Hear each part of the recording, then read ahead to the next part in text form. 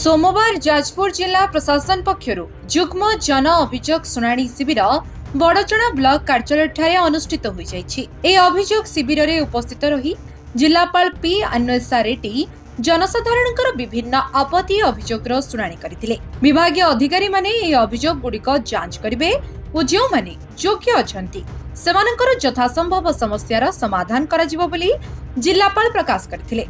आज मोट 101 टी अभियोग पंजीकृत होइथिला। सेथिमध्यरु व्यक्तिगत समस्या संपर्कीय 25 कोटी, गोष्ठीगत समस्या संपर्कीय, ग्राम्य समस्या संपर्कीय 3 कोटी, मुख्यमंत्री रिलीफ पांटिरु सहायता निमंते 73 कोटी अभियोगर शुणाणी करा जायथिला। 80 टी अभियोगर तत्काल फैसला मध्य करागला।